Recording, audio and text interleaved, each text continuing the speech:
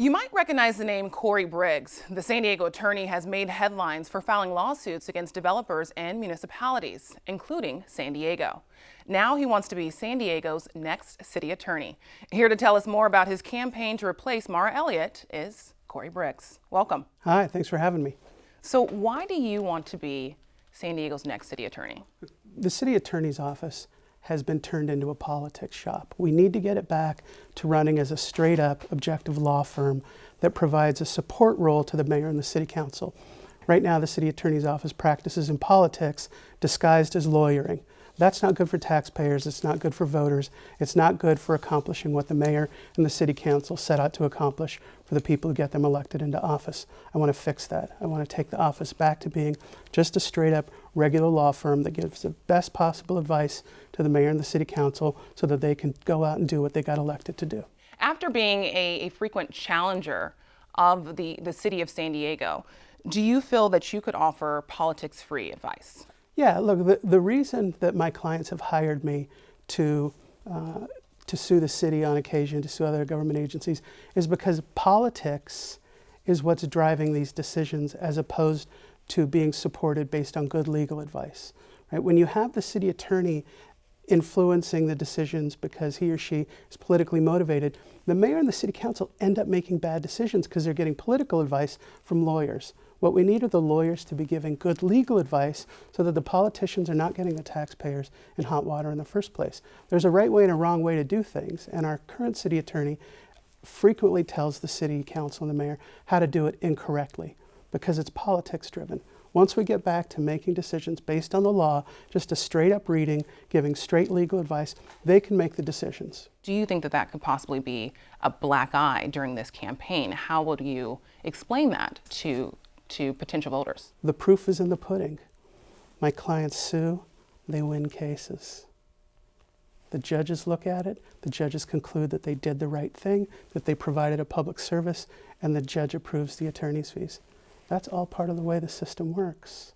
Think about it from the other side. When you have a politically motivated city attorney's office who sues the voters to block them from voting on something as important as the future of Mission Valley, to expand this very university, by the way. When that happens and it costs the taxpayers $600,000, who do they go to get that money back? Nobody. The city attorney's office gets to shrug its shoulders and say, too bad, so sad. That's unacceptable.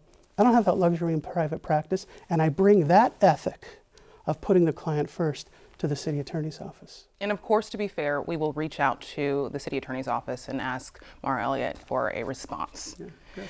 So you speak a lot about transparency in government. Can you tell us about San Diegans for Open Government in your role with that organization? Sure, I've been its attorney since the beginning.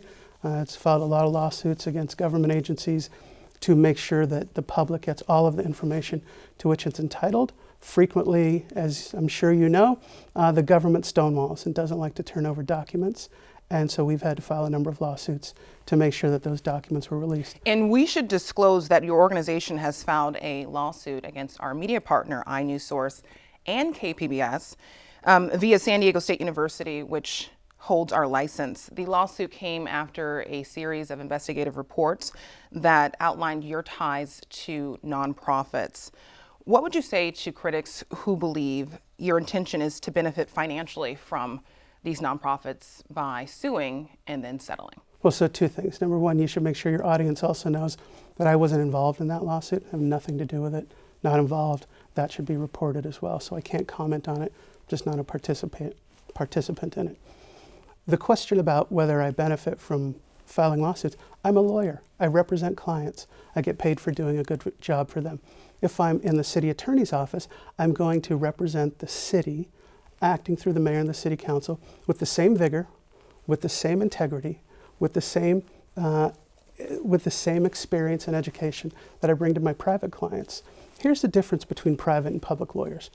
Private lawyers always have to think about what happens if they screw up.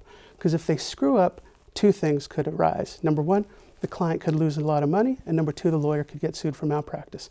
Public attorneys don't take those things into account because public attorneys, like City Attorney Mara Elliott, when they screw up, They just shrug their shoulders and say, well, the taxpayers will pick up the tab and they can't be sued for malpractice. So they have a very cavalier attitude toward protecting the public. I'm going to take my experience in private practice and bring it to the city, where the taxpayers and the voters need to be put first to make sure that they're protected, so that there's no politically motivated advice influencing what the mayor and the city council do. Thank you so much. Thanks for having me.